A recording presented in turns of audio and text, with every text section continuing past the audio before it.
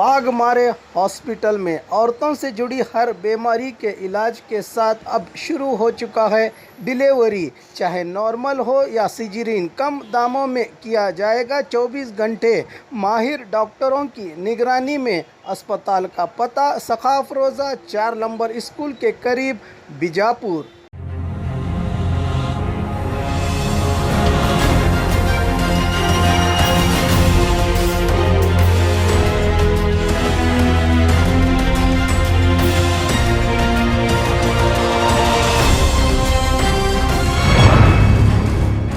मैं हूं आबिद हुसैन शेख, आपका खैर मकदम है 4TV न्यूज़ कर्नाटक एक्सप्रेस में। कोविड-19 और बाढ़ को लेकर सीएम की वीडियो सभा। आज सीएम येडियुरप्पा ने कोविड वायरस और बाढ़ को लेकर किए गए कामों का जायजा लेने के लिए राज्य के सभी जिलाधिकारियों, जिला पंचायत अधिकारियों, पुलिस अधिकारियों, आरोग्य अधिकारियों से वीडियो संवाद के जरिए बात करते हुए हालात का जायजा लिया। इस मौके पर जिलाधिकारियों को निर्देश दिया कि कोविड-19 जाँच में तेजी आनी चाहिए। जांच के किट्स की व्यवस्था की जाएगी। अगर लैब में कुछ कमी है तो पास वाले जिले में सैंपल्स भेजे जाएं। टास्क फोर्स समिति के सदस्यों से कहा कि लोगों पर नजर रखें। ऑक्सीजन की समस्या से जूझ रहे लोगों को घर घर का सर्वे करने को कहा सीएम ने। अब दशहरा उत्सव आने वाला है, इसी के कारण जांच में तेजी लाने की जानकारी दी। राज्य में हो रहे बारिश को देखते हुए अधिकारियों से कहा कि फसल सहित दूसरे नुकसान के लिए समीक्षा की जाए। बारिश से नुकसान हुए रास्ते वगैरह की मरम्मत जल्द से जल्द की जाए। इस वीडियो संवाद सभा में सचिव के सुधाकर, सचिव सिटी रवि, मंत्री भैरती बसवराज सहित और भी अधिकारी और मंत्री भागी रहे।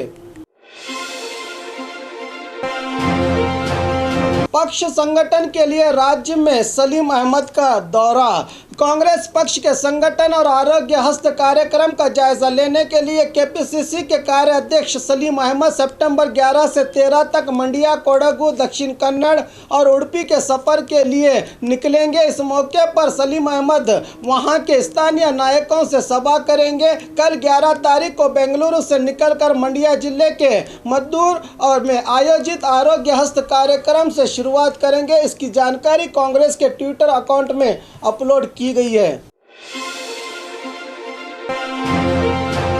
विधायक को जान की धमकी मामले में राघव कनमेश्वर को जमानत। पिछले दिनों बीजापुर के गोलगुमट पुलिस थाने में नगर विधायक बसनगौड़ा पाटिल यत्नाल को जान की धमकी देने के आरोप में दलित मुखंड राघव कनमेश्वर पर शिकायत दर्ज की गई थी। इसी के कारण इन्हें जेल भेजा गया था। अब इस मामले में इनकी जमानत हुई है। कल शाम जेल से छूटने के बाद ये अंबेडकर चौक पहुंचकर बाबा साहब की मूर्ति पर माल्यार्पण करने के बाद राघव ने कहा कि संविधान और बाबा साहब पर उंगली उठाने वालों के खिलाफ मेरी लड़ाई जारी रहेगी। जेल तो क्या है, मुझे फांसी पर भी चढ़ाया जाए भी तो मैं पीछे नहीं हटूंगा। सचिव प्रभु चौहान वायरस की चपेट में। बीदर जिले में कोरोना वायरस का कहर जारी है। इसी की चपेट में सचिव प्रभु चौहान भी आए हैं। बताया जा रहा है कि इनके पीए सहित कुल 4 लोग वायरस पीड़ित हुए हैं। पिछले दिनों इनके गनमैन, कार चालक और पीए की जांच रिपोर्ट पॉजिटिव आ जाने से क्वारंटाइन में थे मंत्री। जांच के लिए अपने गले का स्वैब दिया, तब अब इनकी भी रिपोर्ट पॉजिटिव आई है। इनके साथ इनके भाई मारुति चौहान के बेटे भी पॉजिटिव पाए गए हैं। सचिव को कोई रोग लक्षण जैसे खांसी, सर्दी, बुखार वगैरह तो नहीं है। पिछले दिनों ये राज्य अध्यक्ष नलिन कुमार कतील के कार्यक्रम में गुलबर्गा और यादगीर पहुंचे थे। हालात को देखते हुए अब इनसे मिलना तो जनता के लिए मुश्किल है, इसलिए स्पेशल ऑफिसर शिव कुमार कट्टी को नियुक्त किया गया है। ड्रग्स मामला, पुलिस कमिश्नर कमल पंत की प्रेस मीट। आज मीडिया से प्रेस मीट में बात करते हुए बेंगलुरु सिटी कमिश्नर कमल पंत ने बताया कि अब तक कितना माल ड्रग्स मामलों में जब्त किया गया है ये बताना मुश्किल है, क्योंकि जिले के बहुत से जगहों पर गांजा जब्त किया जा रहा है। हमारे अधिकारी लगातार इस काम में जुटे हैं। बहरहाल काम सही चल रहा है, जांच चल रही है, कोर्ट तक मामला पहुंचा है। इस पर बात करना ठीक नहीं होगा। इस मामले में कोई सियासी दबाव है क्या? इसका जवाब दिया कि कोई भी सियासी दबाव नहीं है। कोई कितना भी प्रभावी शक्तिशाली क्यों ना हो, उस पर कानूनी कार्रवाई की जाएगी, बताया कमिश्नर ने। रागिनी को एक अभिनेत्री समझकर प्रचार के लिए बुलाया गया था। रमेश जारकीहोली आज बेंगलुरु में मीडिया के पूछे गए सवालों का जवाब देते हुए जल संसाधन मंत्री रमेश जारकीहोली ने कहा कि रागिनी को एक अभिनेत्री समझकर प्रचार के लिए बुलाया गया था, मगर हमें क्या पता था कि यह ड्रग्स लेती थी। अब इस हीरोइन की तस्वीर DK शिवकुमार, कुमारस्वामी, यहाँ तक कि शायद मेरे भी साथ होगी। जांच के बाद हर चीज़ का खुलासा होगा। कैबिनेट के विस्तार के सवाल पर कहा कि इसके लिए इंतज़ार करना पड़ेगा। हमने भी इंतज़ार किया था, बताया सचिव जारकीहोली ने। ड्रग्स माफिया प्रशांत रंका पुलिस के शिकंजे में। ड्रग्स मामले में शामिल हुए आरोपियों को बेंगलुरु CCB पुलिस एक एक करके सभी आरोपियों को दबोच रही है। पहले ही 5 लोग पुलिस हिरासत में हैं। अब प्रशांत रंका को पुलिस ने जकड़ लिया है, जो आरोपी नंबर 4 है। बताया जा रहा है कि यह वीरेन खन्ना रविशंकर के साथ मिलकर लूम पेपर से ड्रग्स खरीदकर पार्टियों में सप्लाई करता था। आज से इस आरोपी की पूछताछ की जाएगी। इस आरोपी से और भी हीरो हीरोइंस ने ड्रग्स खरीदा है, ऐसा बताया जा रहा है।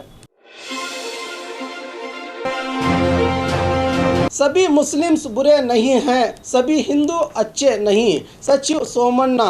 बेंगलुरु गोविंदराज नगर विधानसभा क्षेत्र नगर भावी वार्ड के ईदगाह मैदान कॉम्पाउंड निर्माण के लिए भूमि पूजा करते हुए जनता से संबोधित होते हुए वसति मंत्री V सोमन्ना ने कहा कि पिछले 75 सालों से कांग्रेस आप लोगों को वोट बैंक की हैसियत से इस्तेमाल कर रही है। कब तक आप धोखा खाते रहेंगे? सभी हिंदू अच्छे नहीं हो सकते, उसी तरह सभी मुस्लिम बुरे नहीं हो सकते।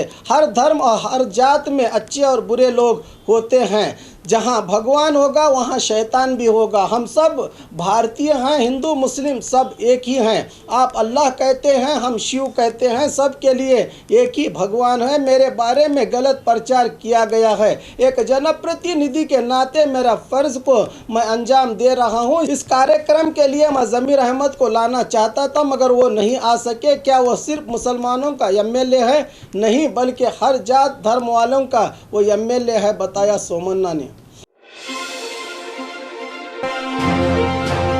गेस्ट टीचर्स और लेक्चरर्स को स्पेशल पैकेज की मांग। पिछले मार्च 16 से सभी स्कूल कॉलेजेस कोविड वायरस के कारण अब तक बंद हैं। गेस्ट टीचर्स और गेस्ट लेक्चरर्स पिछले 6 महीनों से बेरोजगार हुए हैं। कहीं आधा वेतन तो कहीं अब तक वेतन नहीं दिया गया। ऐसे हालात में गुजारा मुश्किल है। इसी को देखते हुए सरकार को चाहिए कि इनके लिए स्पेशल पैकेज की घोषणा करें। बल्लारी जिला अधिकारी दफ्तर के सामने स्थित पत्रिका भवन में बात करते हुए संघ के राज्य अध्यक्ष KK हाल गोवर्धन सहित सभी संघ के सदस्यों ने जिला अधिकारी द्वारा CM को निवेदन पत्र सौंपा। बेंगलुरु में भारी बारिश। पिछले 2 दिनों से बेंगलुरु में मूसलाधार बारिश हो रही है, जिसके कारण आम जिंदगी मुतासिर पड़ गई है। कल रात और शाम हुए बारिश के हालात को देखते हुए मौसम विभाग ने येलो अलर्ट घोषित किया है। मौसम विभाग के निर्देशक CS पाटिल ने बताया है कि यह बारिश 13 सितंबर तक होने की संभावना है। राज्य के करावली प्रदेशों के समंदरी इलाकों में ट्रफ के कारण बारिश हो रही है। शहर के ओकलीपुरम सहित कई इलाकों के अंडरपास में पानी भर गया है। महादेवपुर, दासरहಳ್ಳಿ, यलहंका और पूर्व वलय के 50 वार्ड, 100 mm 15 वार्ड्स में 140 mm बारिश हुई है। हब्बाड़ वलय, हेन्नूर, KPTCL और मान्यता टेक पार्क में पानी भर गया है। प्रशासनिक अधिकारी ट्रैफिक की बहाली के काम में जुटे हैं।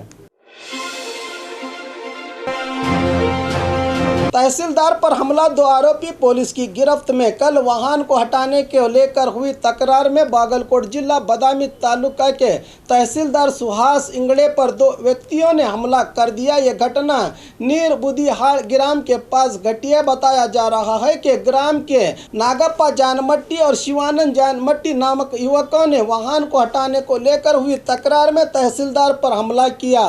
केरूर पुलिस थाने में शिकायत दर्ज होने पर इन दोनों को पुलिस ने हिरासत में लिया है। घायल तहसीलदार को अस्पताल में भर्ती किया गया। मौत में भी एक हुए मां और बेटा। मां की मौत का सदमा बर्दाश्त न करके बेटे की भी मौत हो जाने की घटना मैसूर शहर के गोकुलम इलाके में घटी है। मां के मौत की खबर से बेटे की हालत बिगड़ गई। मां रत्नम्मा के अंतिम संस्कार करके घर पहुंचे 53 साला बेटे मलिक अर्जुन अचानक से गिर पड़े तो संबंधियों ने इन्हें अस्पताल पहुंचाने की कोशिश की, मगर रास्ते में ही इन्होंने दम तोड़ दिया। कांग्रेस युवाओं को आगे बढ़ाने और बढ़ावा देने पर काम कर रही है।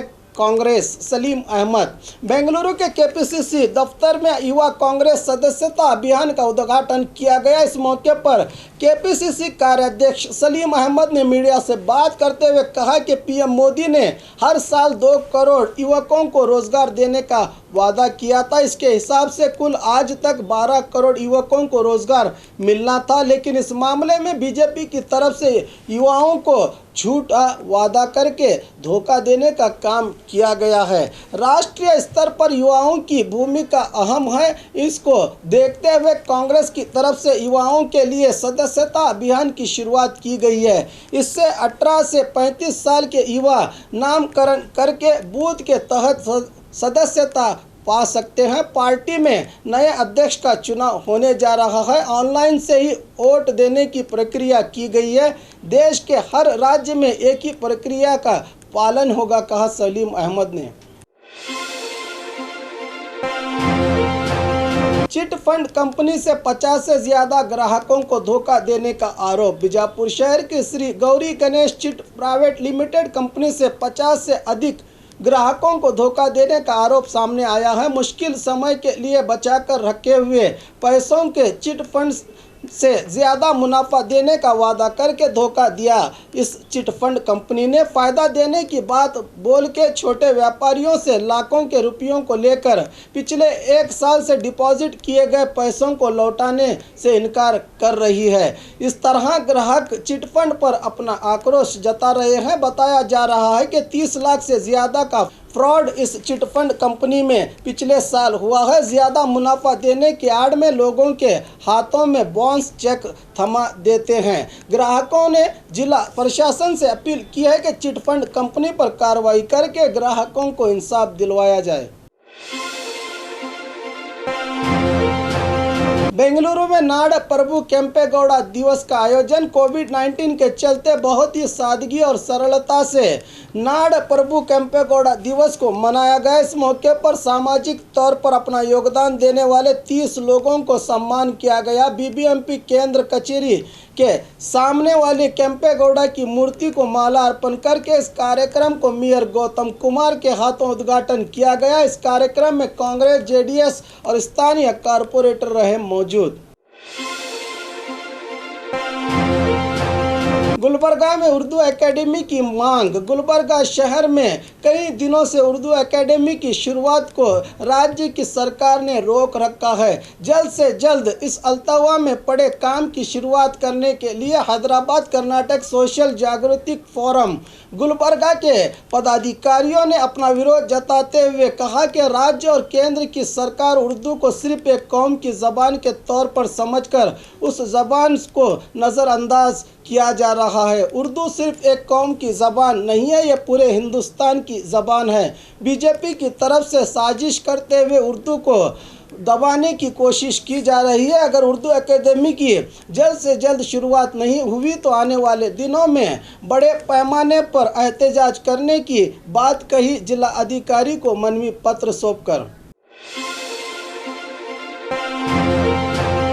कोलार में 190 किलो गांजा जब्त। राज्य में ड्रग्स माफिया के मामले ज्यादा होते जा रहे हैं। इसी तरह कोलार के केजीएफ पुलिस विभाग की टीम ने छापामारी करके कुल 190 केजी गांजा जब्त कर लिया है। इसकी कीमत लगाई जाए तो 1 करोड़ 50 लाख के करीब बताई जा रही है। केजीएफ एसपी इलकलैया करुणाकर नेतृत्व वाली टीम ने आरोपी जोसेफ सहित 8 गांजे के बोरियों को जब्त किया है। मारीकोपम पुलिस थाने के तहत आने वाले कृष्णागिरी एरिया के घर में गांजा बरामद हुआ है। केजीएफ में रौडी शीटर तंगम का भाई जोसेफ बताया जा रहा है। आरोपी जोसेफ आंध्रा और तमिलनाडु से गांजा खरीदकर कोलार सहित बेंगलुरु में सप्लाई करता था। आरोपी को केजीएफ पुलिस की ओर से गिरफ्तार करके आगे की कार्रवाई की जा रही है।